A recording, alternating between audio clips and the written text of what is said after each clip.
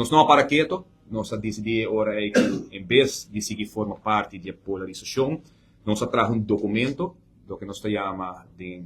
termino no parlamento, minderheidsnota. Minderheidsnota aqui de fração de PPA nós entreguei ao presidente do parlamento, com a petição não somente para o presidente do parlamento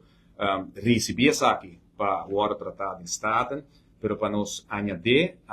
na comissão que está reunindo no momento aqui e que está preparando a posição do país Aruba, mirando com a fração de PPA maneira mais vista a boicotear, que está para rivolgere e a silenciar. Nós está em que de documento, não somente um documento para época com ele como minderheidsnota, mas nós procuramos mais também, maneira mais vista viaja,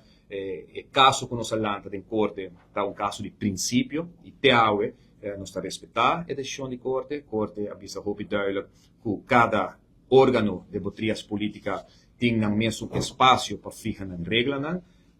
e que o juez está difícil para 30. Me media aqui, me nota de acordo com ele, permitem que respeite ele, me quer membro do parlamento para representar Stemmer, é nunca vota pe, e agora tem que representar Stemmer e votador e MSC por assim sem limitação.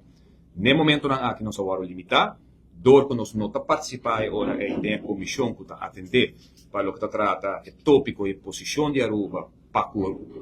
discussão na época vota excluir e agora